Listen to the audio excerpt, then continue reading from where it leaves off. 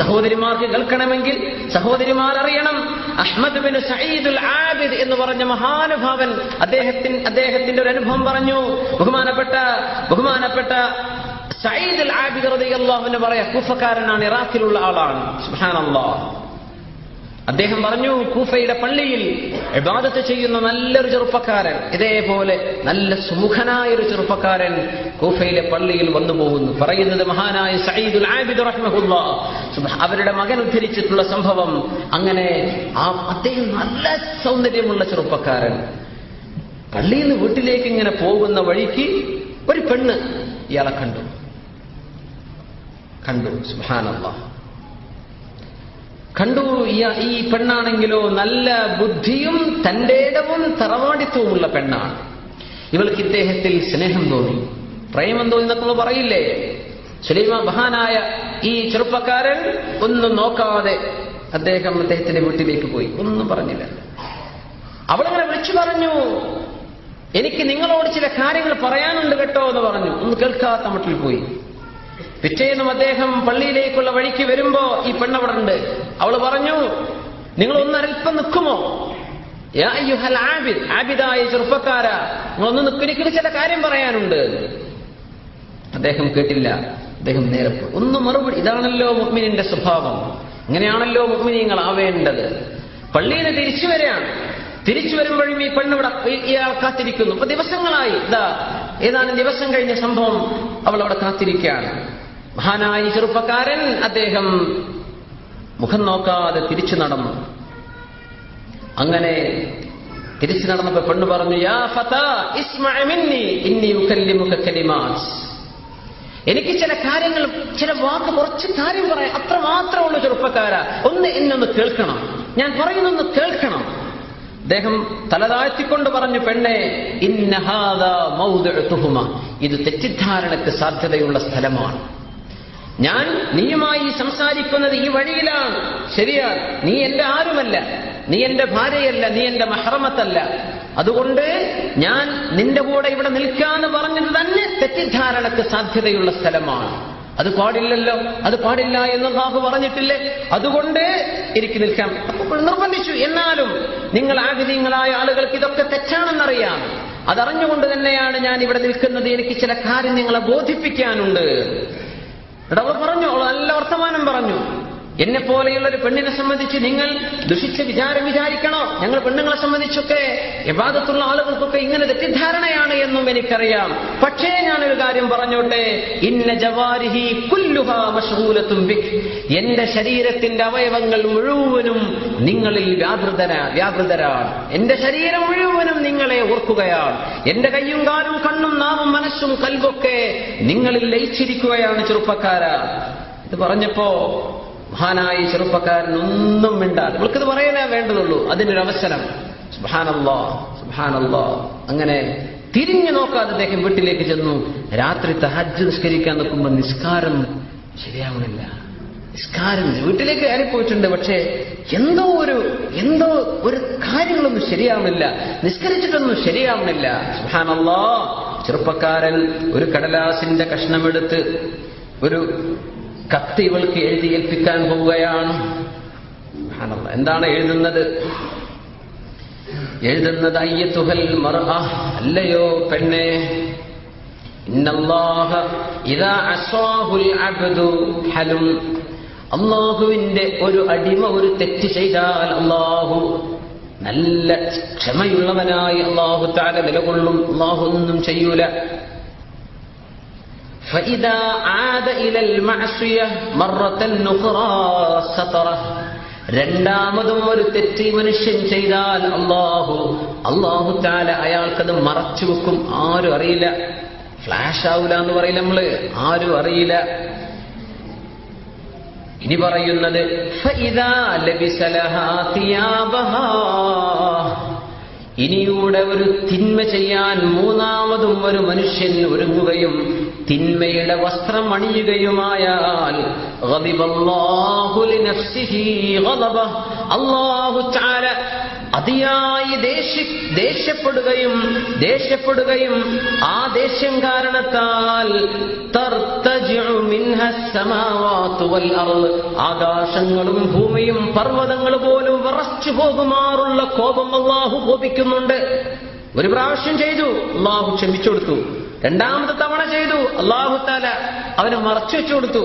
മൂന്നാമത് മനുഷ്യൻ തെറ്റിലേക്ക് ആവർത്തിച്ചാൽ അല്ലാഹു അങ്ങോട്ട് ദേഷ്യം പിടിക്കുന്നുണ്ട് ഈ തിന്മ കാരണത്താൽ.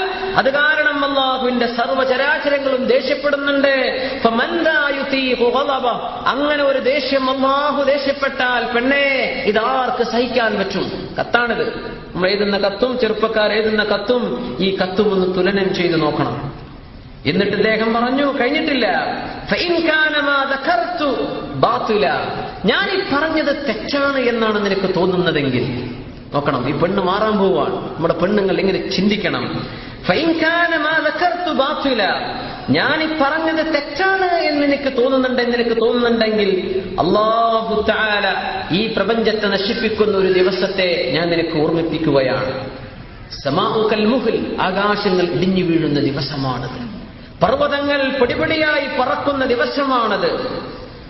അങ്ങനത്തെ ഒരു ദിവസത്തെ ഭയാനകത നീ ഒന്ന് ഓർത്ത് ജീവിച്ചോളൂ പെണ്ണേ.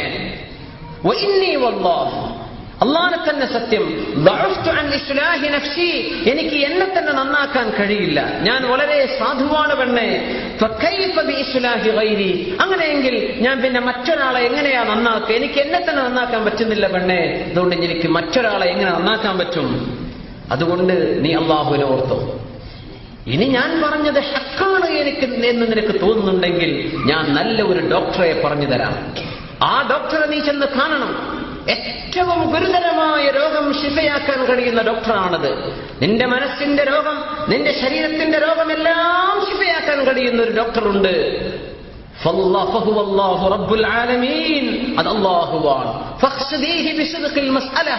നല്ല സത്യസന്ധമായിട്ട് അല്ലാഹുവിനോട് നീ ചോദിക്ക്. നിനക്ക് എന്ത് തോന്നുന്നുണ്ടോ, എന്ത് തിന്മ തോന്നുന്നുണ്ടോ, സത്യസന്ധമായിട്ട് അല്ലാഹുവിനോട് ചോദിക്ക്. പടച്ചവനെ, എന്റെ മനസ്സിൽ നിന്ന് തിന്മയെ നീക്കിത്താ റബ്ബേ. സത്യസന്ധമായി അല്ലാഹുവിനോട് ചോദിക്ക്. അല്ലാഹുവേ, തിന്മയിൽ ചെന്ന് ചാടാതെ കാക്കണേ പടച്ചവനെ. നീ അല്ലാഹുവിനോട് ചോദിക്ക് പെണ്ണേ. കാരണം എനിക്ക് നിന്നെ ശുശ്രൂഷിക്കാനോ നിനക്ക് മറുപടി പറയാനോ വഴിയിൽ വെച്ച് സംസാരിക്കാനോ എനിക്ക് നേരമില്ല. അള്ളാഹുവിന്റെ ഒരു ആയത്തിനെ കുറിച്ച് ഞാൻ ശുഗ്ലിലാണ്, ഞാനിപ്പോ ബിസിയാണ്. എന്നെ ബിസിയാക്കിയ വിഷയം അള്ളാഹുവിന്റെ ആയത്താണ്, സൂറത്ത് ഗാഫിർ. ബിസ്മില്ലാഹിർ റഹ്മാനിർ റഹീം. വഅൻസിറുഹും യൗമൽ അസിഫ وأنذرهم يوم الأزفة إذ القلوب لدى الحناجر وما للظالمين من حميم ولا شفيع يطاع يعلم خائنة الأعين وما تخفي الصدور. എന്താണ് ആയത്ത്? വഅൻദിറുഹും, നബിയെ ജനങ്ങൾക്ക് താക്കീത് കൊടുക്കണം. യൗമൽ അസിഫ, മനുഷ്യൻ സങ്കടപ്പെടുന്ന ഒരു ദിവസം വരാനുണ്ട്. ഇതിൽ ഖുലൂബു ലദൽ ഹനാജിർ, മനുഷ്യന്റെ ഹൃദയങ്ങൾ നെഞ്ചിലേക്ക് തൊണ്ട വരെ കയറിപ്പോകുന്ന ഒരു ദിവസമാണത്. സങ്കടം കൊണ്ട് ചെയ്തുപോയ തെറ്റുകൾ പൊറുക്കപ്പെടാതെ കാണുമ്പോ സങ്കടപ്പെട്ട് നെഞ്ചുപോലും ഹൃദയം പോലും തൊണ്ടയിലേക്ക് കയറി വരുന്ന ഒരു ദിവസമാണത്. വമാലിൽ ളാലിമീന മിൻ ഹമീമിൻ വലാ ശഫീഇൻ യുതാ, തിന്മ ചെയ്ത് നടക്കുന്ന ആളുകളെ സഹായിക്കാൻ ഒരു കൂട്ടുകാരനുമില്ലാത്ത ദിവസമാണത്. വലാ ശഫീഅ്, ഒരാളും ശഫാഅത്ത് പറയാനില്ലാത്ത ദിവസമാണത്.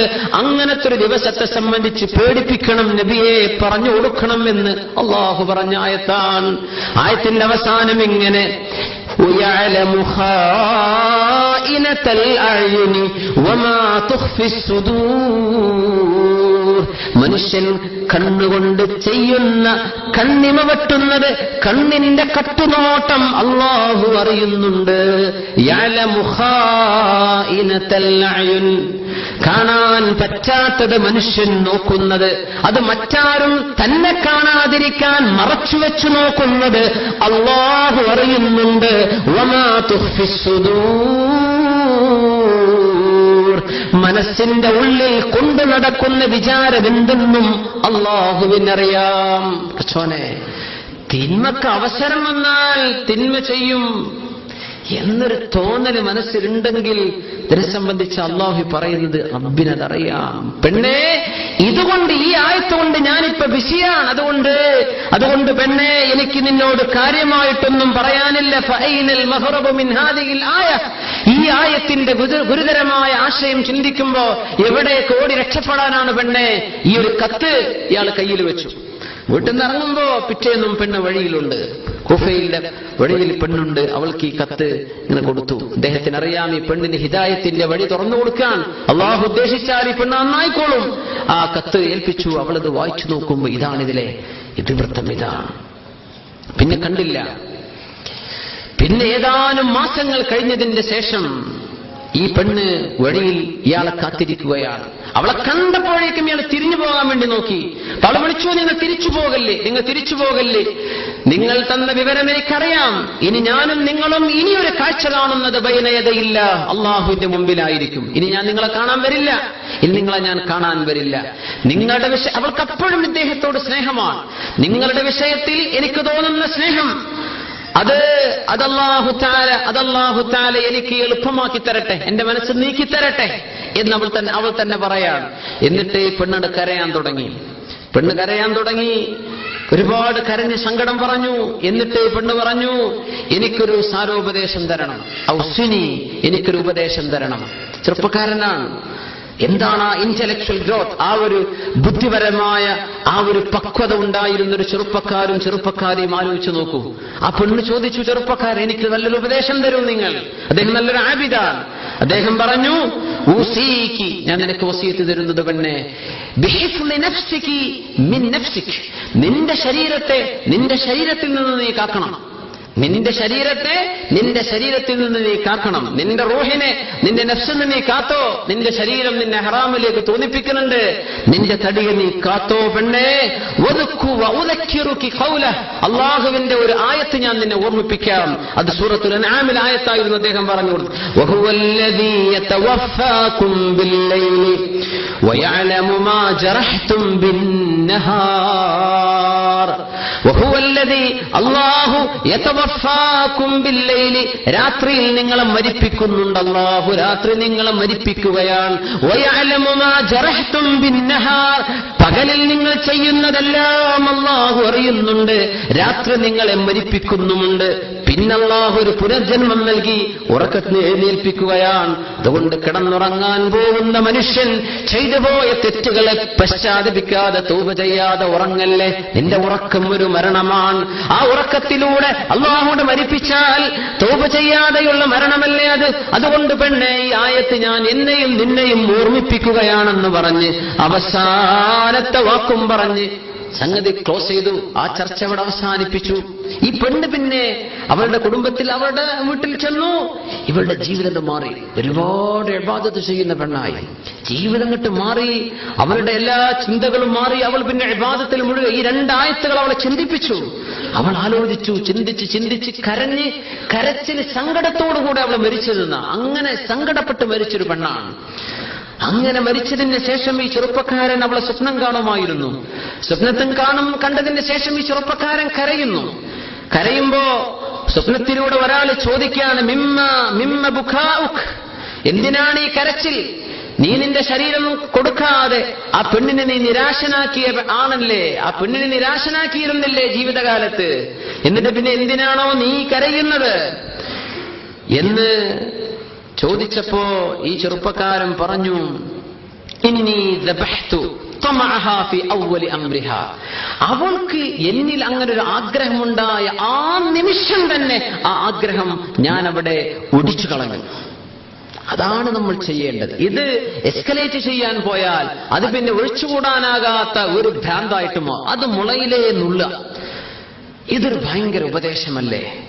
ചെറുപ്പക്കാരൻ പറയാൻ, അവൾക്ക് എന്നിലൊരു ആഗ്രഹം തോന്നി, അവൾക്കൊരു ഹറാമിന്റെ ആഗ്രഹം തോന്നി, അത് ഞാൻ തുടക്കത്തിലേ ഞാൻ മുറിച്ചു കളഞ്ഞു. ഞാൻ ഈ മുറിച്ചത് വജഅൽതു ഖതിഅതഹാ ദഖീറതൻ ലീ ഇൻദ റബ്ബി, ഞാൻ അവളുമായുള്ള ബന്ധം മുറിച്ചത് തുടക്കത്തിലെ തുടക്കത്തിലെ മുറിച്ചു കളഞ്ഞത് എനിക്ക് നാളെ അള്ളാഹുവിന്റെ അടുത്തേക്ക് കിട്ടേണ്ട ഒരു സ്വത്താണത്. ഞാൻ ആഗ്രഹിക്കുന്ന എന്റെ മുതലാണിത്. എനിക്ക് നാളെയുള്ള സൂക്ഷിപ്പ് സ്വത്താണിത്. നാളെ ചെന്നാൽ ഇതെനിക്ക് ഉപകാരപ്പെടണം. അതുകൊണ്ടാണ് ഞാനത് ചെയ്തത്. അത് മാത്രമോ, അത്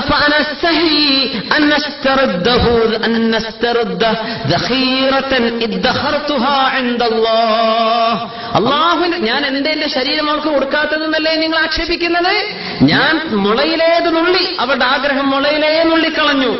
ആ നുള്ളിക്കളഞ്ഞത് നാളെ എനിക്ക് സ്വർഗം കടക്കാൻ ഒരു നിമിത്തമാകണം. സുബ്ഹാനല്ലാഹ്, ഞാൻ അതിനാണത് ചെയ്തത്.